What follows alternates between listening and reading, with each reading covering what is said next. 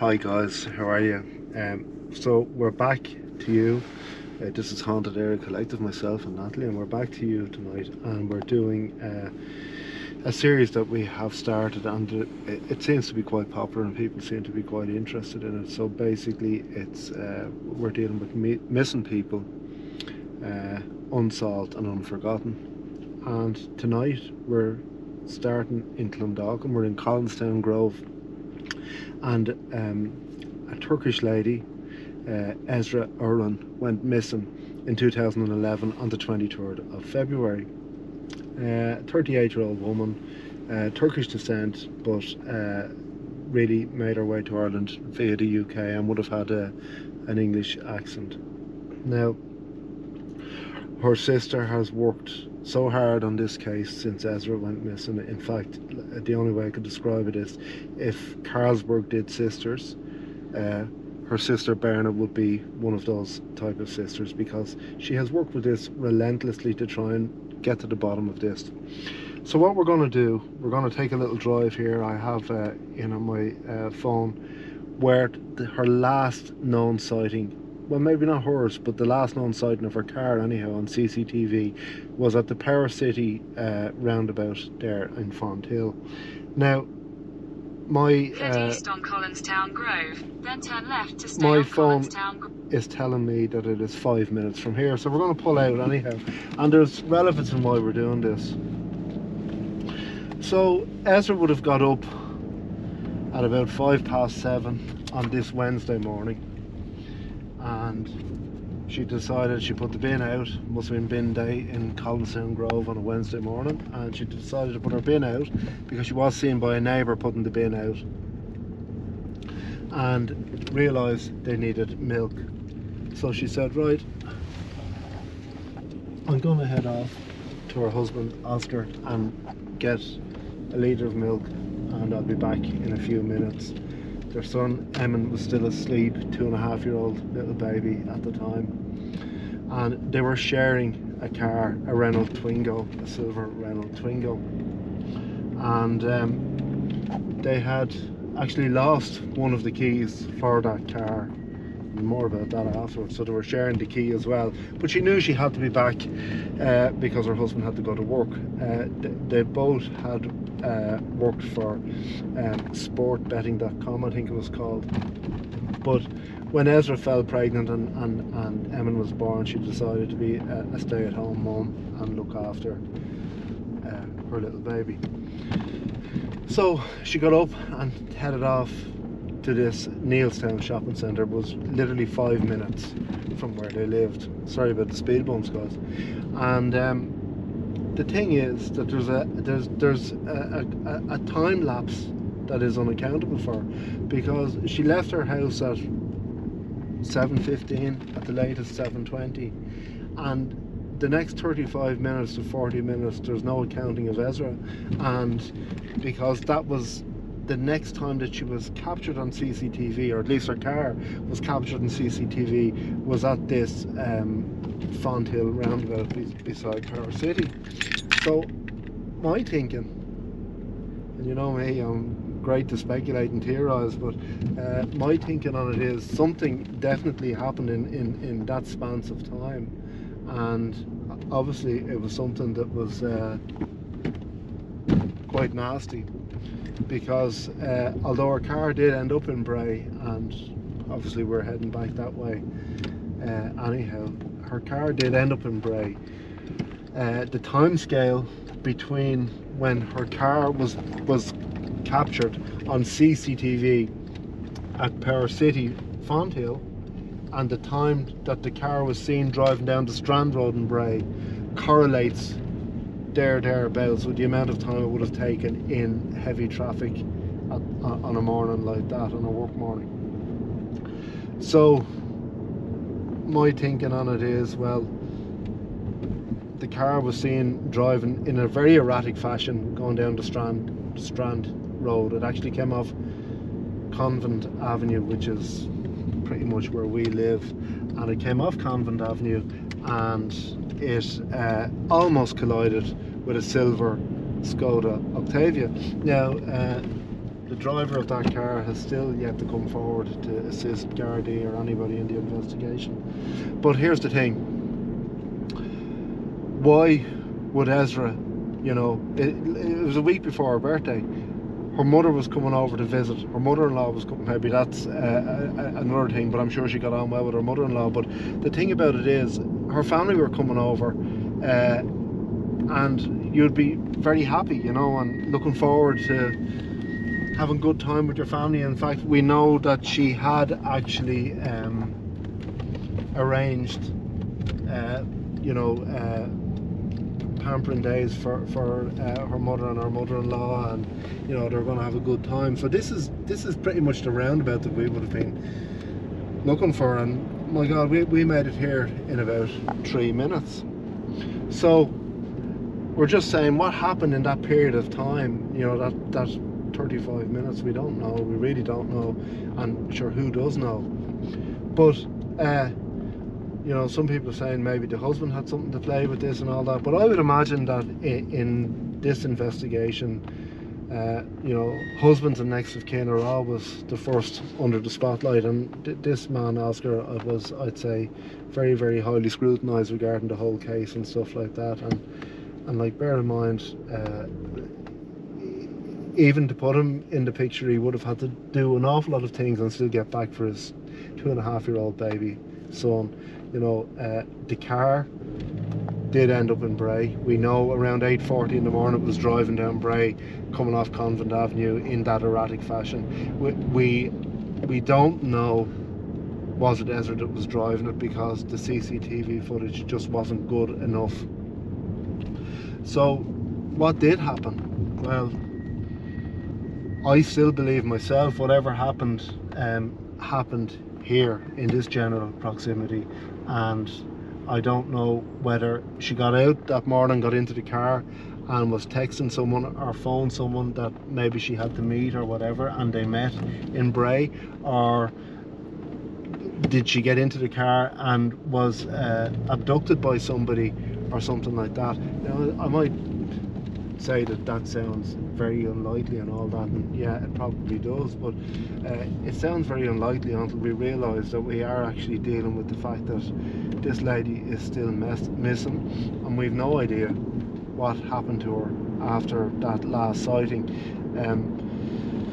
The car was parked anyhow. Now, when we get back to Bray, we will drive the route that the car was seen, but like, I mean, Bray in the winter time can certainly be a little bit quieter than it would be ordinarily in the summer. But having said all of that, Bray is a busy place for local walkers in the mornings as well, and you know, it's not the type of place that you would pick to try and dispose of a body or that kind of thing. So the only thing that I can think of what may have happened is that if she was abducted, that between here and Bray, they took a slight turn off to a place that was suitable to dispose of a body, and I guess, and I'm only guessing this, somewhere along the lines of the M50 at Tala would have been maybe the place that you could have taken. You could have disposed of a body then, and then possibly made your way to Bray and set up this whole scenario of dropping the car, making your way across, because our phone did ping at 10 p.m. that night, almost on the gravestone side of Bray Head. Make your way across with something like that. I genuinely can't think of any other plausible alternatives, because like her sister Berna said, look, Esra wouldn't have committed suicide. She wasn't that type of person, and she was in very, very high spirits at the time, even though her father had recently died. But she, you know, she had a young family, and I personally don't think that she would have committed suicide, because there was no suicide note left or anything like that to kind of bid farewell, which I suppose if you had a 2.5-year-old baby you would. What do you think, Natalie? Would you? Yeah, it for me it makes sense anyhow. And I think if you were going to do something like that, God forbid, it's horrendous to think anyone would have to think of doing something like that. But I think they were trying to say she was a little bit depressed because her father had died, I think 10 months beforehand, and like all of her family, they were in London. Yeah. And she felt a little bit like isolated as well. Yeah. And I get that, and I understand that, and like, I mean, but look, I didn't know the lady, but Berna, this woman that has done everything that she could possibly do. This woman has literally moved mountains to try and get some sort of closure on this. Well, I'm sure they were all very close and back and forth, maybe visiting, and on holidays. And so stuff, I think if she had depression, like, I mean, there's a fair difference between being very upset because your father has died, and sad, and being depressed and suicidal. They're two completely different things. Yeah, because she was very much into fashion and into art, and she was going to be doing like a fashion show she was doing for charity. Yeah. She had that kind of organised. So she had lots of interests and stuff like in, that. Like lots of different groups and mother and toddler groups, and you know, so she kept herself busy, and she was always in good spirits. Yeah. Now, getting on to the keeping herself busy and always being in good spirits, the one thing that I understand is that she was a type of lady that would stop and help anybody out. And like, maybe did she fall foul to trying to help somebody out on the way that morning? And also your key, the theory on the keys, because I mean, it's easy for someone to kind of maybe somebody had stalked her because her photo was on those keys. Okay. And yeah, so if you guys aren't up to speed on the key thing, there's an element that I did say earlier, that they were sharing the single key for this Twingo car, their car. Now, the reason for that is they had lost the key maybe about 6 months before Esra went missing. But around the following Christmas, Berna was back handing out leaflets, and she went into this chip shop, wasn't it? Yeah, it was the first anniversary. Coming up for the first anniversary, okay. Yeah, and it was Berna and Berna's, I think, daughter, so Ezra's niece, Éire. Okay. And they were handing out leaflets, and you know, like Berna is always doing this kind of stuff in Bray as well, you know. So a man followed her from the chip shop and gave her these keys. Am I right? That's yeah. Now, for me, it just seems a little bit on the bizarre side. So I mean, like, maybe was there somebody waiting for her when she got back from the shops in her car? Because I mean, that happened to you, Shane, and you were it did happen to me, yeah, a long time ago. Car. In a Jeep, yeah, it did. And people were, there was actually 2 guys in the Jeep waiting for me. In the back seat. In the back seat, yeah. But so it is. What I always say on situations like this, if it's not impossible, it's possible. Like, it does sound very far-fetched. Far-fetched, yeah. It does happen. It happened to you. Yeah, because it genuinely did happen to me, and it was what a fright it was, you know, as you can imagine. But like, I mean, I believe that something really bad happened to Esra between the time she left her house and she hit that roundabout. We'll call it the Power City roundabout, because we did it there in 3 minutes, I think, tonight. And maybe it might have been a tiny little bit busier at 7:05 in the morning in 2011, but she knew what time she had to be back for her husband to go to work. So she was from the area, they'd been living there for, I think, nearly 4 years. So she full well knew that she had plenty of time to get back. So, like, I mean, here we are now, and we kept you on the camera for so long is because this is the Tala turn off. You know, so it's quite plausible to think that on the route that Twingo made to Bray, that it could have pulled off for Tala and headed for the Wicklow Dublin Mountains, or they could have taken the next exit after this, Furhouse, and gone up onto the Featherbeds, And you know, look, we've been on the featherbeds a couple of times. It is a place that's pretty much, I'd imagine, a bogland that is strewn with dead bodies up there, where people have been getting rid of them for years and years, from all varieties of murder, from gangland murder, where someone's brought up in a van, to stuff like Elaine O'Hara and blah blah blah. Which brings me on to the thing: was there links between her and Graham Dwyer? I don't think so. But another one, that this Mark Hennessy guy that abducted and murdered, I think the girl's name is Justine Valdez, from Enniskerry. Now, he was residing in Bray, and maybe that's possible. I don't know. And like I said, this is all just speculation, and who really knows? Even the guards don't know. Berna doesn't know. And like, the whole purpose of what we're doing here is to try and shed some sort of light on some sort of plausible potentials that could have happened. Now, like, I mean, here is Fir House. So if we were to turn off here and follow that red car over there, we would be in the, believe it or not, in the height of bogland, mountain bogland, within 4 minutes from leaving that route. So the point I'm making is, there's nobody pulled into Bray, parked at the bottom, so the southern end of Bray, opposite all the big amusements, and took a body out of that boot and walked uphill into Bray. You'll see when we get down there. It just doesn't make sense. So I believe that if I think if Esra didn't make Bray of her own volition, and walk up that hill of her own volition, whatever happened didn't happen in Bray. That's just my thoughts on it. And I think that Bray is a kind of a smoke and mirror kind of thing, where the car was left parked. It was discovered later that night. It was seen on CCTV being parked. It was seen driving through Bray, down the Strand Road in that frantic fashion. But her phone did ping at 10 p.m. from a cell site almost on the Greystone side of Bray Head.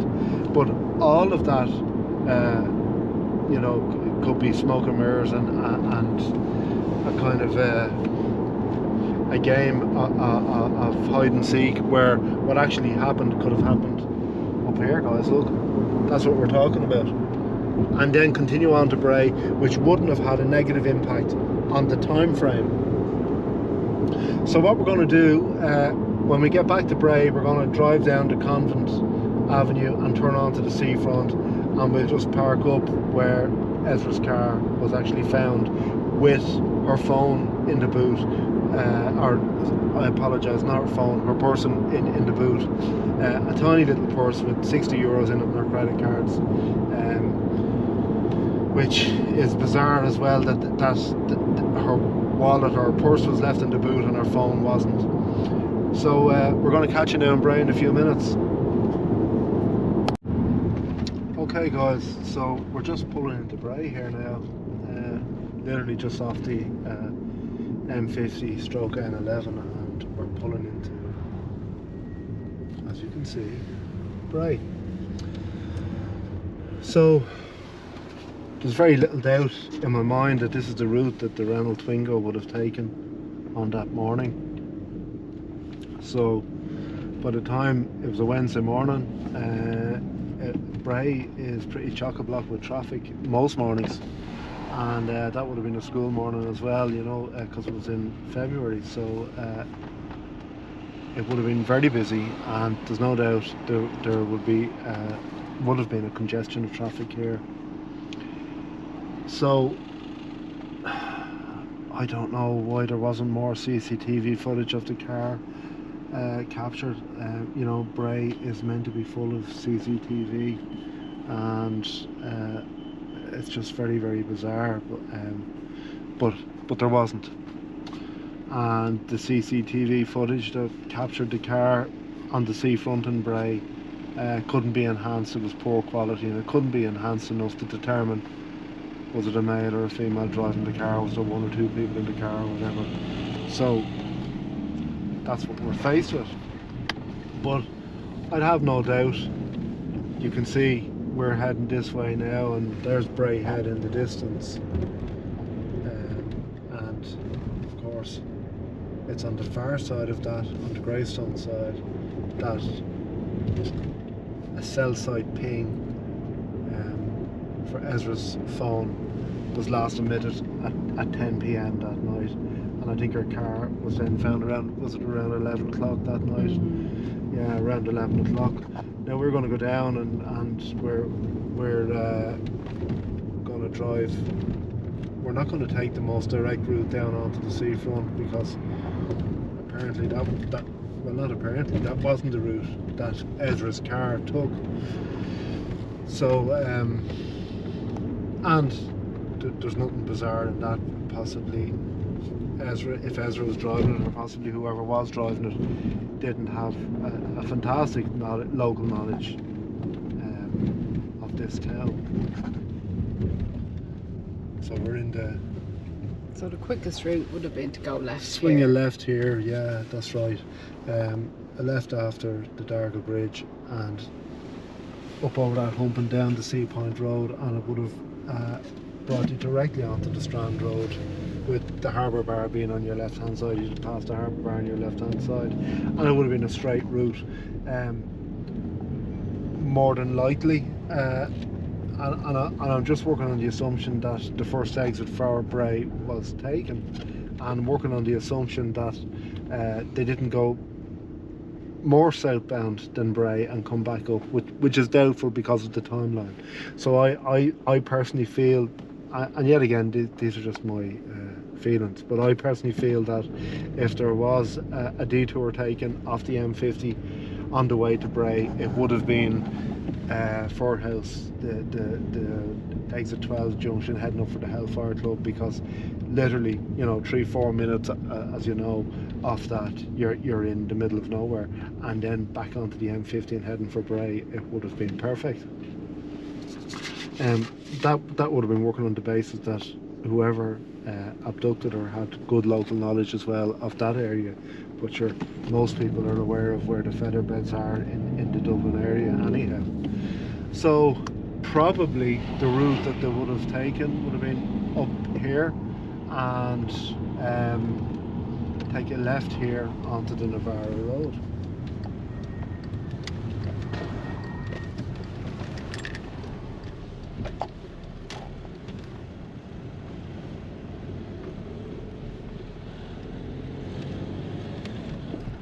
So this is the Navarra Road, and this most likely is the route that car would have taken, that Twingo, silver Renault Twingo would have taken that morning. Down here on the right hand side we have Biffy, Bray Institute of Further Education. Another quite a busy road. This is on a school morning. A lot of people use this as a kind of a rat run to avoid the congestion of the main street in Bray.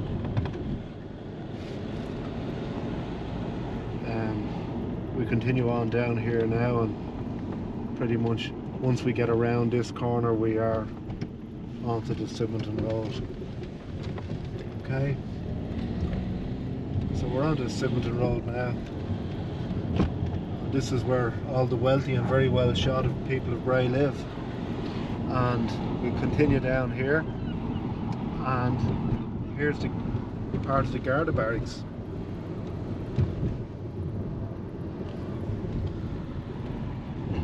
So left here brings us on to Convent Avenue.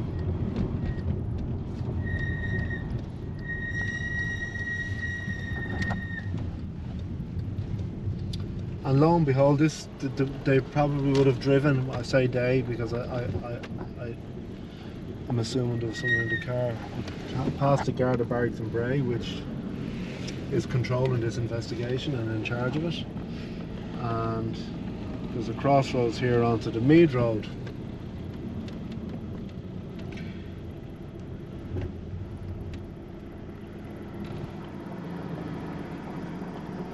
So we continue straight across here, and like on the Convent Avenue. So we know from this point the car most definitely came down this road. This is a one-way road.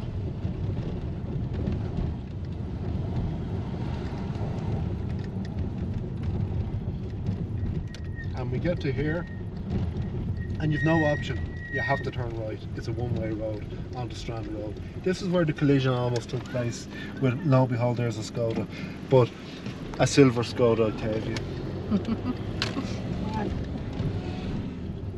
That's a sign. So we're on the seafront now. We're on the southern end of Bray Promenade, Strand Road. And we're right now, this is where the CCTV footage captured the Twingo, right exactly where we are now. And it's a crying shame that that footage just wasn't of a higher resolution, and maybe it could have been resolved and the whole case solved.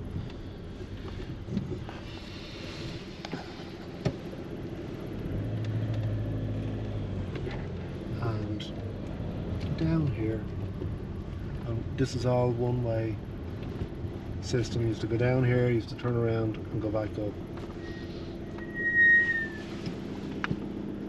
So the thing is, the fact that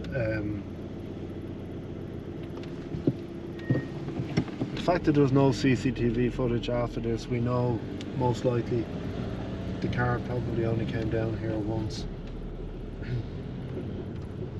The Bray Head Hotel has been done up now and turned into very lavish apartments, and pretty much where that white van is, that's where the Twingo was parked. So you can see everything here, literally, if you look up at Bray Head there, everything is an uphill struggle from here on in. It's a draw. It's hard enough to drag yourself up that hill. So I still believe that the car being parked here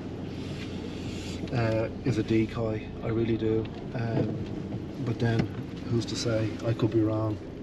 But it's busy now. It's the summertime. It's nearly 9:15 at night now, and it's quite busy. But even in the winter time, you know, we have a lot of residential walkers. This is, you know, where everybody walks. This is what Bray is known for, and you know. And the search helicopter is actually out at the minute. And Bray is a big town, possibly the third largest town in Ireland. So you can imagine we have, you know, when I say there's people walking here every day in the winter, isn't there? Mm. You know, and hail, rain or snow. And it always has been. Yeah, always has been, as long as I can remember, for sure.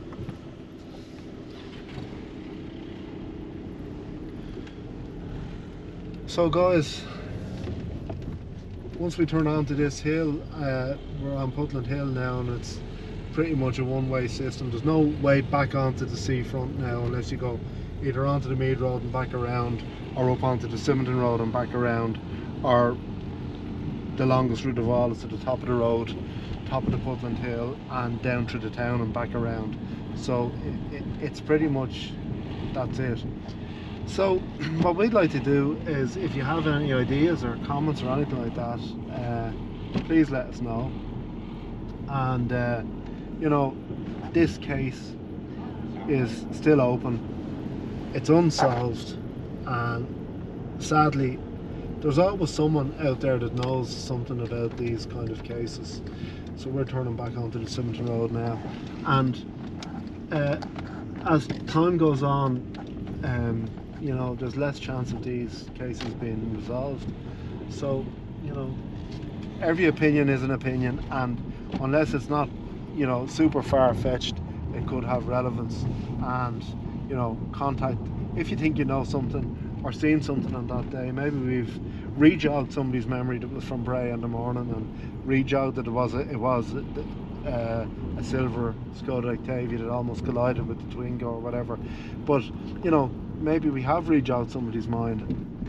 make contact with the appropriate authorities and get in touch with your local guards. Anyhow guys, thanks for dropping by and we'll see you next time.